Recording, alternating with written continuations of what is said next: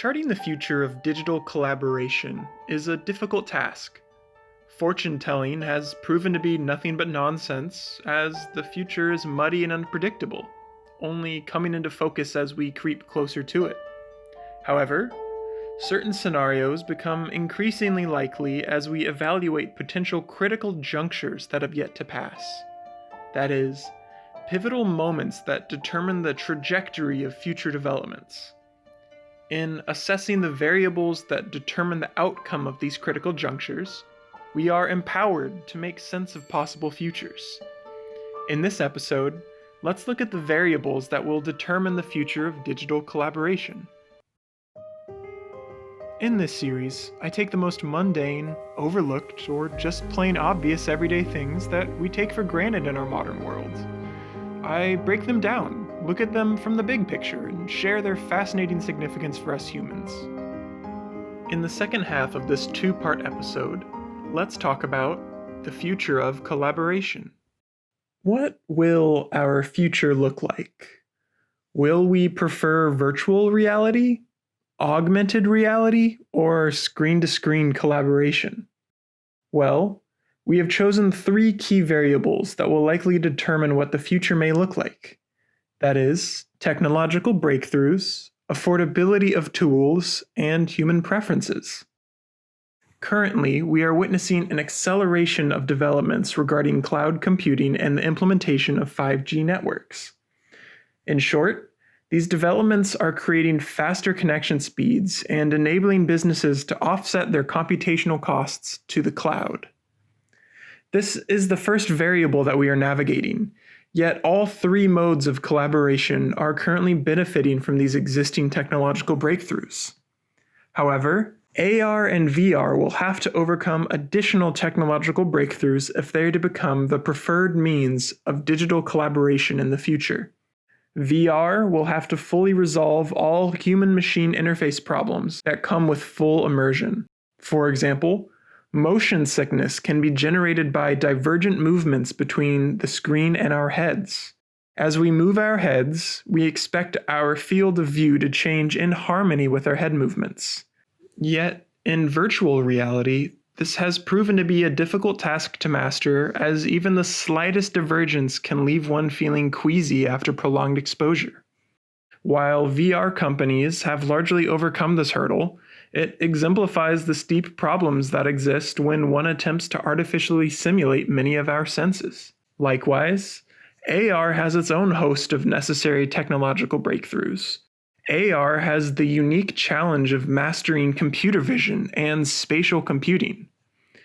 In order for AR to successfully overlay information in our field of view, complex AI software and a host of sensors must both interact with one another to affix objects in our spatial environments.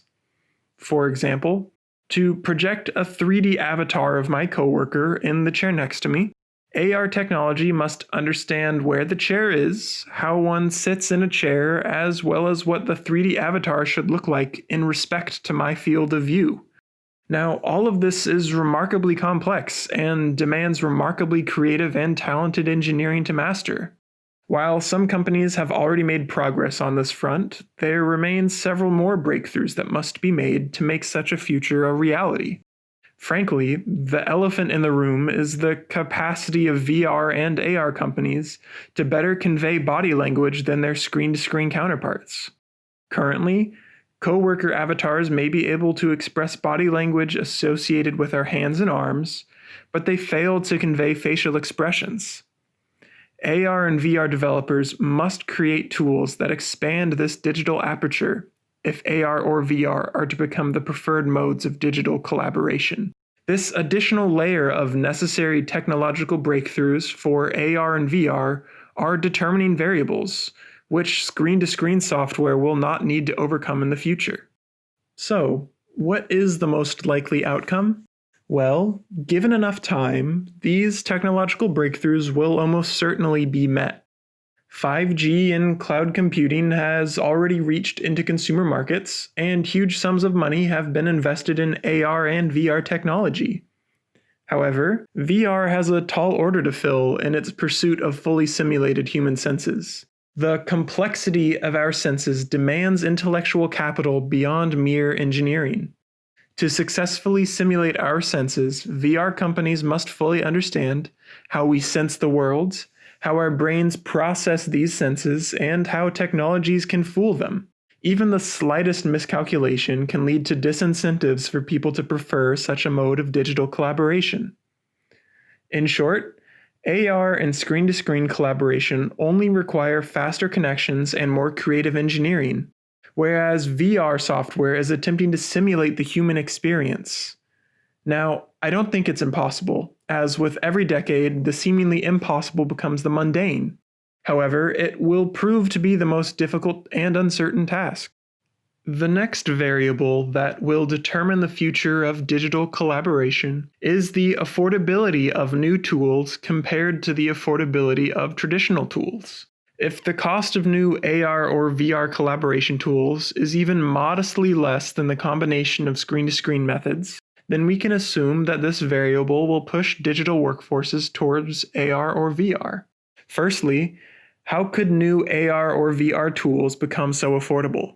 Well, when we look at the long trajectory of computing power, Moore's law demonstrates that since the 1960s, the number of transistors on a microchip has doubled every 2 years, while the price for said microchips has halved. Consequently, since the 1960s, computers have become far more powerful and far more affordable. If this variable is to be tipped in favor of an AR/VR preferred future, Moore's law must continue to hold. Another element that could decide the fate of this variable is the cost of practices that enable existing screen-to-screen collaboration to succeed. For example, air travel. Air travel has complemented the narrow digital aperture of screen-to-screen tools by facilitating physical collaboration when necessary. As such, affordable and accessible air travel could reduce the incentives for companies to invest in AR or VR tools. Alternatively, if air travel remains expensive and tedious, companies may opt to retool, retrain, and invest in AR or VR tools for their workforce. In this regard, a look at the data paints an interesting picture. The average cost of airfare in the United States has been on a steady decline, decreasing from $502 in 2000 to $354 by 2019. The catalyst for this decline is the result of several factors, such as deregulation, market competition, and business strategies that ensure the full booking of flights. That said, the trend line of decreasing air travel costs has a radically unpredictable future at the time of writing. The coronavirus pandemic has undermined the entire aviation industry, grounding planes and leaving certain airlines to face insolvency. Nevertheless, when the dust settles, the trajectory of air travel costs and accessibility could substantially impact the outcome of this variable. So, what is the most likely scenario? Well, it's likely, given Moore's law, that AR and VR tools will continue to become more affordable and accessible, but so too will screen-to-screen tools. Meanwhile, air travel costs have the potential to continue in its downward trend, as corporate strategies of price reduction are likely to outlive any disruptions caused by the coronavirus pandemic. However, air travel can only become so affordable and will nevertheless require a great deal of precious time. As such, eventually, AR and VR tools will become so accessible and affordable that firms will deem the costs of retooling and retraining as more preferable to the tedious practice of air travel and the limitations of screen-to-screen collaboration. We have now reached the final variable, which will play the most decisive role on the fate of digital collaboration. In the end, human choice, human agency, and human preferences are the avenues on which the future is made. Technological breakthroughs and affordability are, in turn, background information that inform or influence human decision-making. Therefore, how we navigate this critical juncture will depend on a key human preference, that is, our willingness to adopt new tools and methods of digital collaboration. Will we prefer digital overlay or adapt to full digital immersion? If neither, will we remain content with the narrow digital aperture generated by screen-to-screen collaboration? Well, We are, after all, social creatures, and collaboration is a social act. As a result, people want to collaborate in a mode most seamless to our social and biological norms. The ability to operate in the most seamless biological and social environment will likely determine our willingness to adopt new tools. As such, we would likely shy away from the full immersion of VR and the narrow digital aperture of screen-to-screen as the primary means to collaborate. Both modes demand full rewirings of our biological and social norms to be successful. We would have to adapt to a fully immersive and virtual reality workspace, or remain content with the limitations of screen-to-screen collaboration. Now, this leaves AR. AR would be the most seamless method for us to collaborate. We could still work and see our real-world surroundings while merely overlaying our natural world with avatars of our coworkers. In short, it would require the least amount of adaptation. We, as social and biological creatures, would likely be the most willing to assume this mode to digitally collaborate.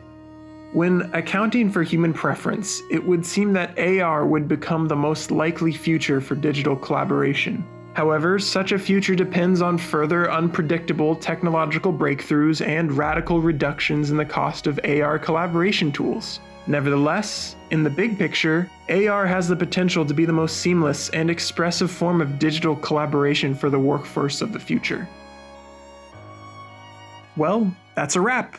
Thank you. Please like and subscribe for more big picture perspectives. Just remember to stay curious. See you next time.